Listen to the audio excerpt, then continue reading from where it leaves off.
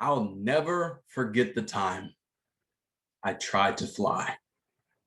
Now, you might be saying to yourself, KD, what in the world? What do you mean fly? We're people. We don't have wings, we have feet. Here's what I did. I had a kite. I had a crazy idea, and I had an uncle with a pickup truck that sped everywhere that he went.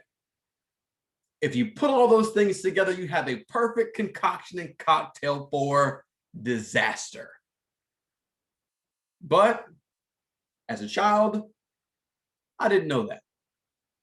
So I recall taking my kite, opening the front door, glancing around, seeing if anybody was paying attention, weaseling my way down to my uncle's pickup truck and hiding in the bed right next to the gate. You know, the latch where the door kind of flops down. Next thing you know, kaboom, I hear footsteps coming down my way. My time has almost come. My uncle opens the door to his rusty truck, gets inside, starts up the engine. I feel this vibration in my soul, and I'm thinking, I'm going to fly. Me and my trusty dollar store, probably on sale, 50-cent kite. He puts it into gear and begins to drive. Now, I knew there were about 4 speed bumps before you got out of our townhouse complex. Boom, I hit the first. Boom, I hit the second. I knew the third was going to be mine. Why? Because if I didn't get off the back of that truck by the fourth, the highway was next. I knew right then I was going to die. Either I was going to die jumping off of the highway, or I was going to get all the way to work. My uncle was going to find me. He was going to call my mama. My mom was going to come and she's going to whoop my behind all the way back home. But here's what happened. I made it to the third speed bump. 1, 2, I knew it was coming. So I stood up, put my feet on the back of the truck. As my uncle's driving probably around 25 to 30 miles an hour, I launched my kite into the air and I'm holding on for dear life. 1, 2, 3, and up I go. I'm flying. You would have never believed how far I flew. You would have seen me and said to yourself, there goes somebody. That's somebody's kid. Wow.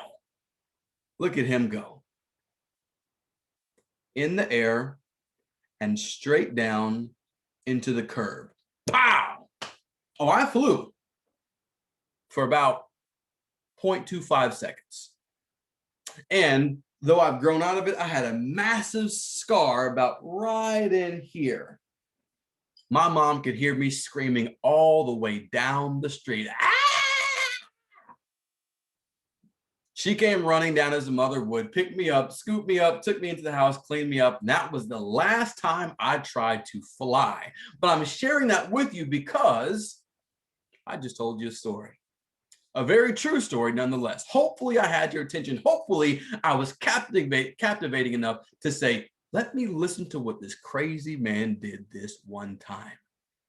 That, my friends, is an art when it comes to not only storytelling, but public speaking. In the very beginning, you need to capture the attention of your audience.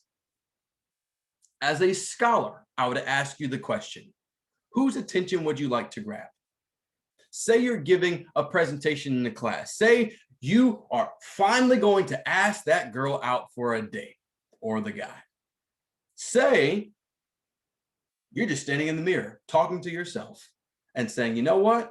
We got this. We got this. We got this. Whether you are trying to build your own confidence, whether you're speaking in front of a crowd of 100, 10, or 1 million, you got to know what skills, tools, and resources are in the palms of your hands that will get you through that whole thing, not always flawlessly, but exceptionally. I want to teach you how to do that. One of the ways I do that is by teaching you what the power of speech is. When you think about anything historical that's taken place in the United States of America or even the world, a speech has typically come along with it. Not only is there power in speech, but there's also a particular what? Style. Some people talk very low and look very serious. Some people try to get the whole suspense thing going as they whisper and turn their head to and fro as if somebody's coming to get them.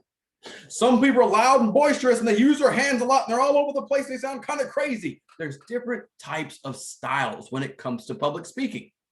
So in our workshop, I would actually be teaching you how to not only own, but discover your style. So in that speaking part, not only is there power of speech, not only is there finding your style, but we're also talking about one of the biggest things that stops people from speaking out loud. And that thing is simply this: your nerves, emotions. People freak out. They pause, they lock up, they clam up, their mouth gets dry. All of a sudden, it's probably happened to you before. Raise your hand if it's happened to you. Be honest. Don't tell the truth. Nobody's watching except for me, right? Have you ever been nervous before stepping in front of a crowd? How about this? Even if it was in front of your family. Maybe it's not a bunch of strangers. And for some people, it's the other way around. People they know they're more nervous in front of. People they don't know, they couldn't care less. They're wide open, ready to go. And for others, if they know you, they're more comfortable. But if they don't know you, they are absolutely petrified. You see, in that, there are arts to learning how to not only turn down some of those emotions, rationalize some of those things, but also do what? Learn how to use your body to your advantage. What am I doing right now besides looking like a crazy man? Nonverbal communication. When I do this, it draws attention to my what? Head. What's in my head? My brain. So I'm doing what to you? I'm asking you to do what? Think. So nonverbal communication is one of those things, but you got to learn to silence the noise of distractions. You see, when you're giving a presentation, when you're going in for an interview for college or for a job, what have you, you got to be able to weed out the things that are going to grab your attention for all the wrong reasons. If you got somebody in the crowd that's doing this number right here and they're, or the worst, how about this? That number right there. They're all on the phone, not paying attention to you. You call their name. You could feel a certain way, wouldn't you? But do you know what you have to do? You've got to learn to own the moment.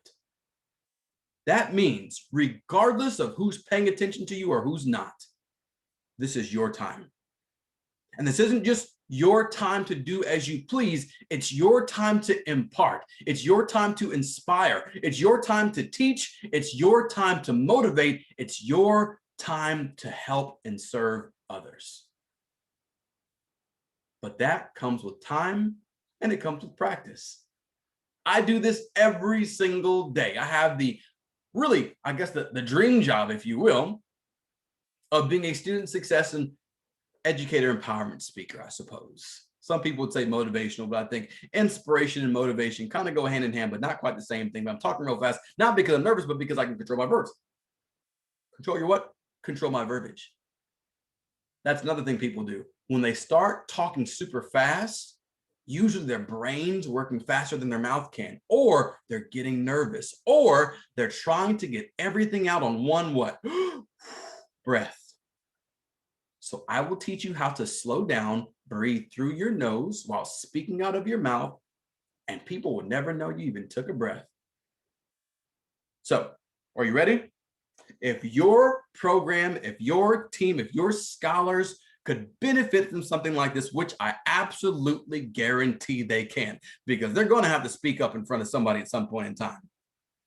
Whether it's the city council for issues in their community, whether it's doing a class project, maybe it's for human rights.